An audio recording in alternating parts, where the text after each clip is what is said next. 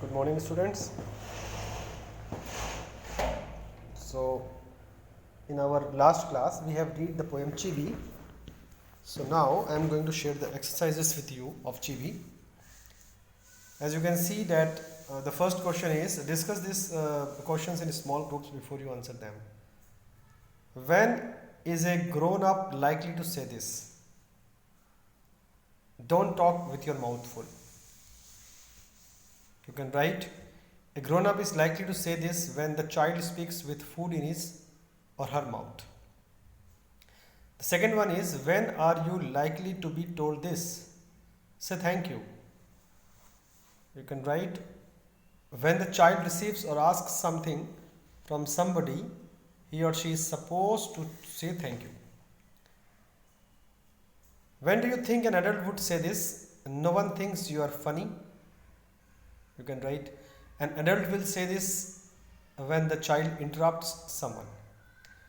Now the second question is the last two lines of the poem are not prohibitions or instructions. What is the adult now asking the child to do? Do you think the poet is suggesting that this is unreasonable?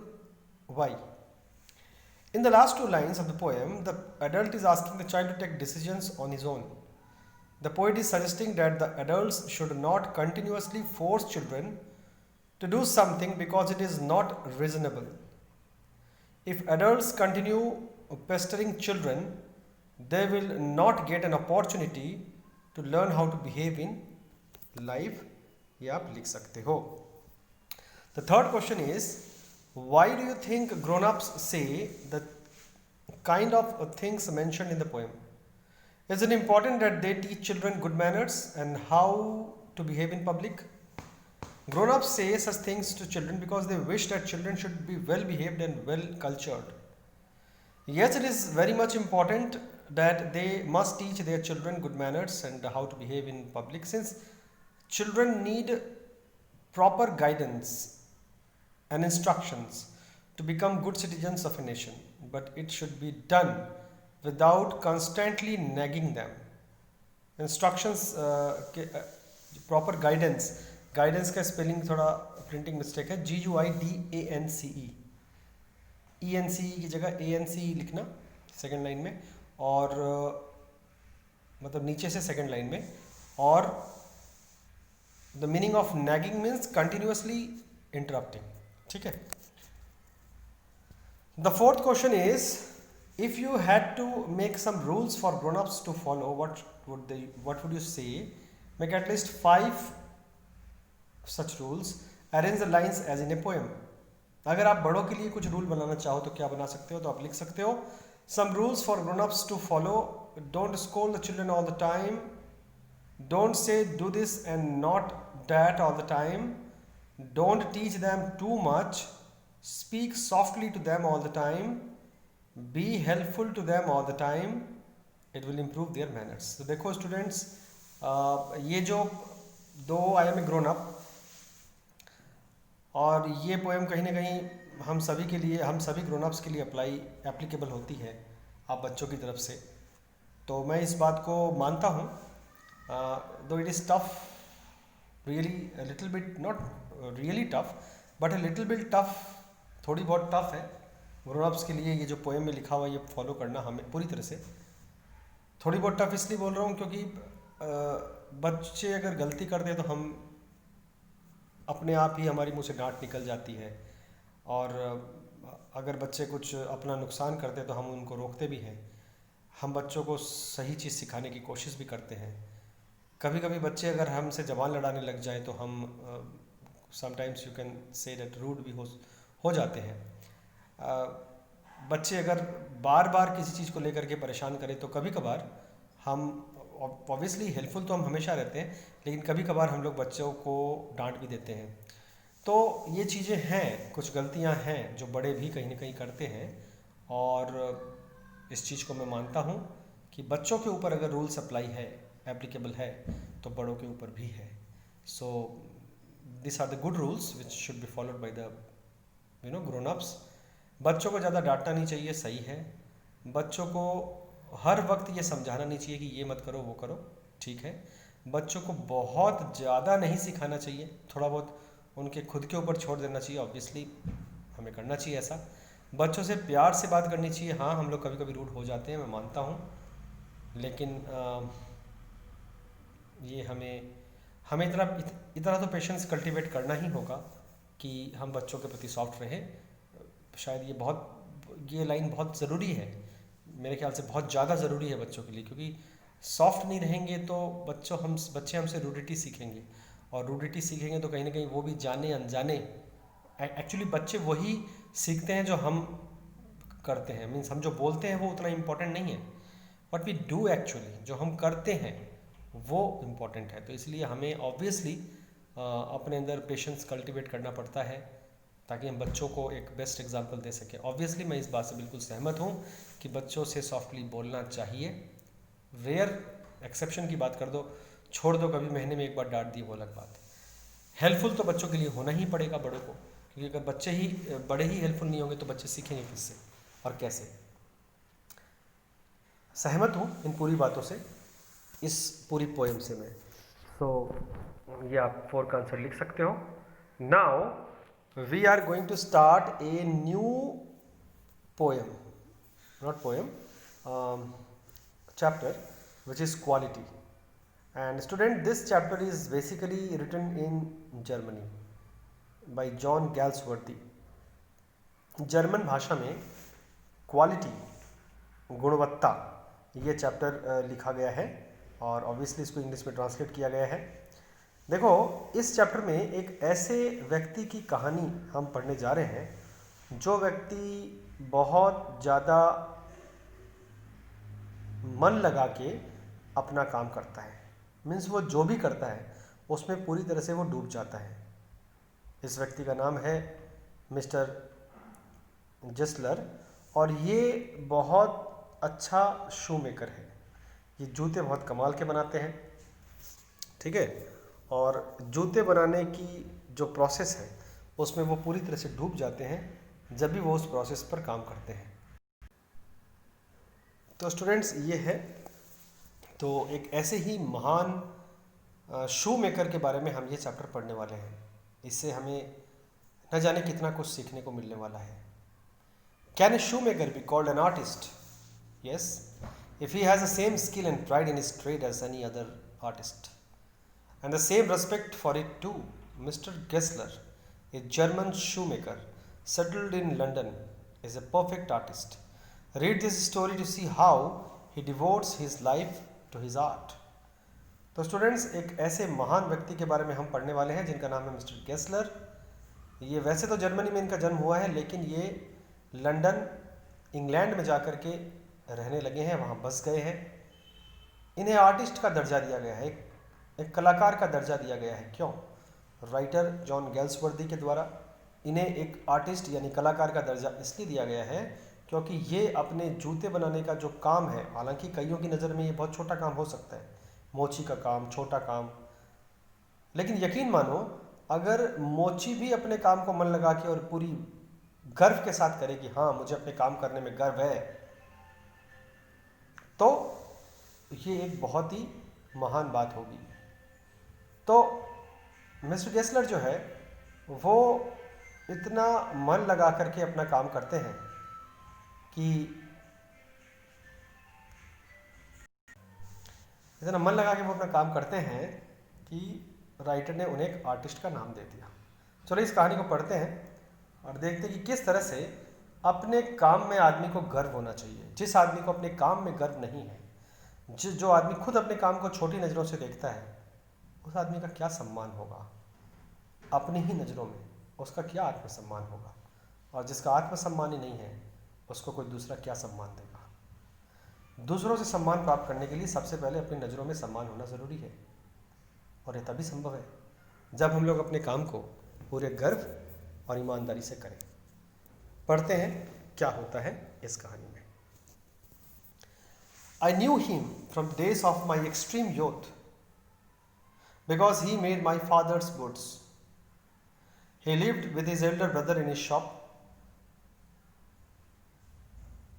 which was in a small by street in a fashionable part of London. The shop had a certain quiet distinction. There was no sign upon it other than the name of Gessler Brothers, and in the window a few pairs of boots. He made only what was ordered, and what he made never failed to fit. He made boots. Such boots as he made seemed to me then, and still seems to me, mysterious and wonderful. I remember well my shy remarks one day while stretching out to him my youthful foot. Is not it awfully hard to do, Mr. Gessler? And his answer, given with a sudden smile from out of the redness of his beard, it is an art. It was not possible to go to him very often.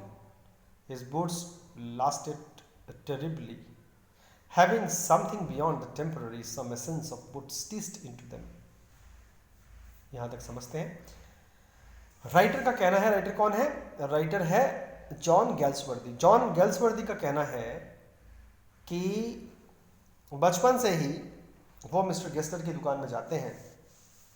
Mister Gessler जो एक मोची हैं, अपने हाथों से जूते वो सिलते हैं, बनाते हैं।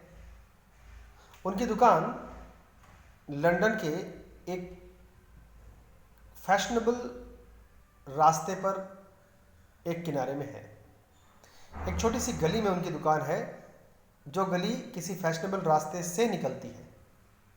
लंदन की जो है तड़क भड़क वाली दुकानों के बीच उनकी एक छोटी सी दुकान है, जिस पर किसी भी प्रकार का आडंबर या किसी भी प्रकार की जिसके ऊपर किसी भी प्रकार की तड़क भड़क या जो है चमक नहीं है। सिंपल सा एक बोर्ड लगा है उनके दुकान के बाहर जिसमें लिखा है गेस्लर ब्रदर्स। गेस्लर ब्रदर्स लिखा हुआ है और खिड़कियों में कुछ एक पेयर, ये कोई 4-5 पेयर जूतों के रखे हुए हैं। वो जूते तभी बनाते हैं जब उनको कोई जूते बनाने के लिए कहता है, अदरवाइज वो जूते नहीं बनाते। मतलब जब जैसे जैसे कस्टमर आते हैं, जैसे जैसे कस्टमर उनको डिमांड करते हैं, वैसे ही वो जूते बनाते हैं। ऐसे कमाल के वो जूते बनाते हैं कि वैसे जूते देखने को नहीं मिलते। अपने बड़े भाई के साथ वो उस दुकान में उस दुकान के अंदर में ही एक रूम बना हुआ है, वहाँ पर वो रहते हैं दोनों भाई। राइटर को अपने बचपन की कोई बात याद आती है कि एक दिन जब वो मिस्टर गेस्लर के पास गए थे तो उन्होंने पूछा था कि मिस्टर गेस्लर, आप ये जो काम करते हो, आपको ये काम कठिन नहीं लगता? तो मिस्टर गेस्लर ने अपनी लाल दाढ़ी पर हाथ फेरते हुए बोला था, ये एक कला है, ये एक कला है। मैं अपने काम को कला मानता हूँ और मैं इसमें अपना सब कुछ झोंक देना चाहता हूँ। सच था, ये कला ही तो थी, क्योंकि उनके द्वारा बनाए गए जूते लंबे समय तक टिकते थे, लंबे समय तक। One went in, not as into most shops, but restfully as one enters a church, and sitting on a single wooden chair waited a guttered sound, and the tip-tap of his slippers beating the narrow wooden stairs, and he would stand before one without coat, a little bent in leather apron and sleeves turned back, blinking, as if awakened from some dream of boots. And I would say, how do you do, Mr. Gessler? Could you make me a pair of Russian leather boots? Without a word he would leave me retiring whence he came, or into the other portion of the shop, and I would continue to rest in the wooden chair, inhaling the incense of his trade. क्या होता है देखो students, जब जब भी वो उनके दुकान में गए होंगे बचपन से लेकर के जवानी तक, तो अंदर जाकर के जैसे जैसे जब जब भी उन्होंने दुकान विजिट की और जब जब भी वो जाकर के अंदर में किसी डाली हुई चेयर पर बैठे होंगे, तो उन्हें हमेशा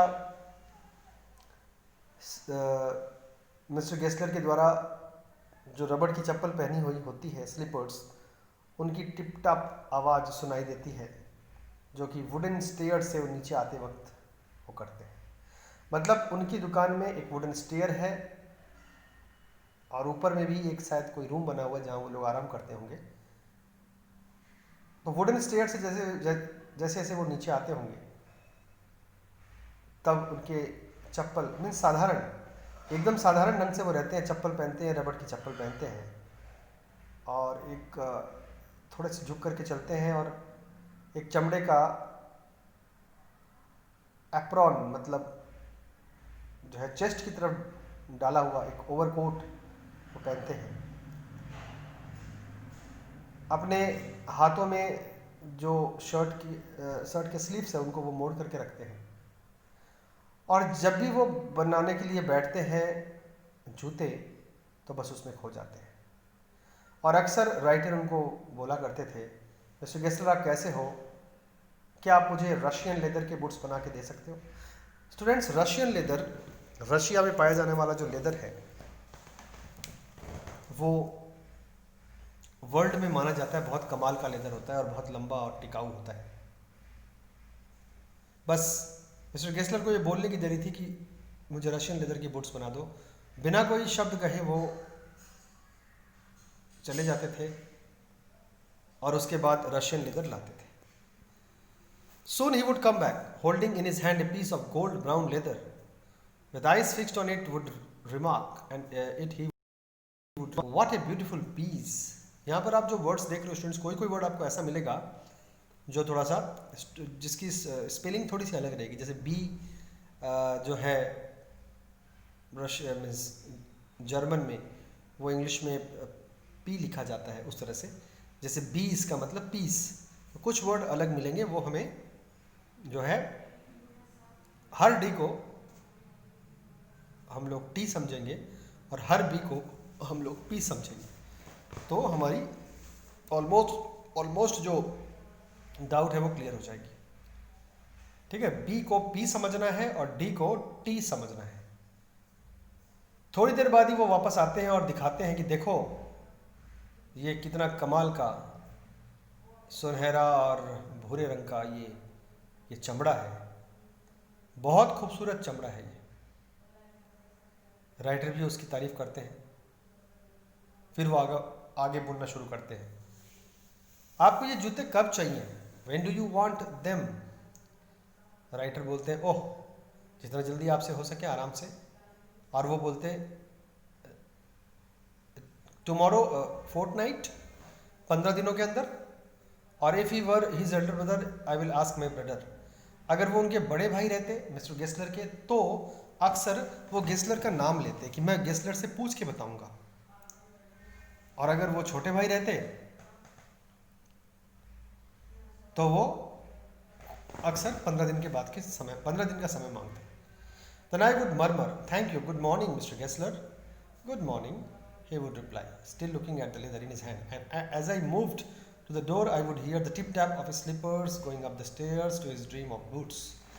और जैसे ही मैं ऑर्डर देके चला जाता कि हाँ इसका मुझे बना दो, तो वो जो है कमाल का जूता बनाने के लिए स्टेयर्स में चढ़ने लग जाते और अपने जूते बनाने की दुनिया में खो जाया करते थे।